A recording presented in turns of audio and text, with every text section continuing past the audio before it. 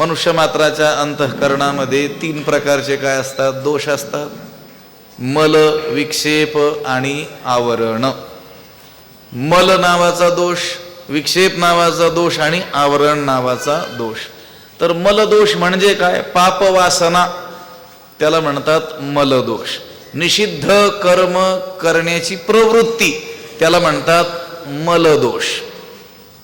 विक्षेप म्हणजे चित्ताचं चांचल्य, चित्त अस्थिर राहणं, स्थिर न राहणं, त्याला म्हणतात विक्षेप. आणि स्वस्वरूपाविषयीचं अज्ञान, याला म्हणतात आवरण. हे तीन दोष प्रत्येकाच्याच काय आहेत? मनुष्य मात्राच्या अंतःकरणामध्ये आहेत. आता हे तीन दोष निवृत्तीसाठी शास्त्रामध्ये उपाय सांगितलेले आहेत. मलदोष निवृत्त्यर्थ काय सांगितलेलं आहे? कर्म, निष्काम कर्म, वेदबोधित निष्काम कर्म जर केलं तर मलदोष काय होतो? निवृत्त होतो. वेदबोधित, वेदानं सांगितलेली उपासना, भक्ती म्हणा, पण ती निष्काम बुद्धीनं केली तर विक्षेप दोष काय होतो?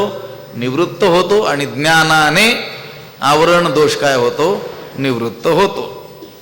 मग पहिला असलेला मल नावाचा जो दोष आहे तो निवृत्त करायचा असेल तर कर्म केलंच पाहिजे.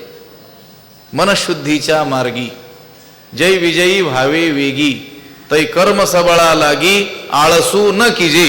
ज्ञानेश्वर महाराज सांगतात, ज्यांना वाटतं आपली मनशुद्धी व्हावी, अंतकरण शुद्धी व्हावी, अंतकरणातील मलदोष काय व्हावा? निवृत्त व्हावा, पापवासना समस्त काय व्हाव्यात? नष्ट व्हाव्यात.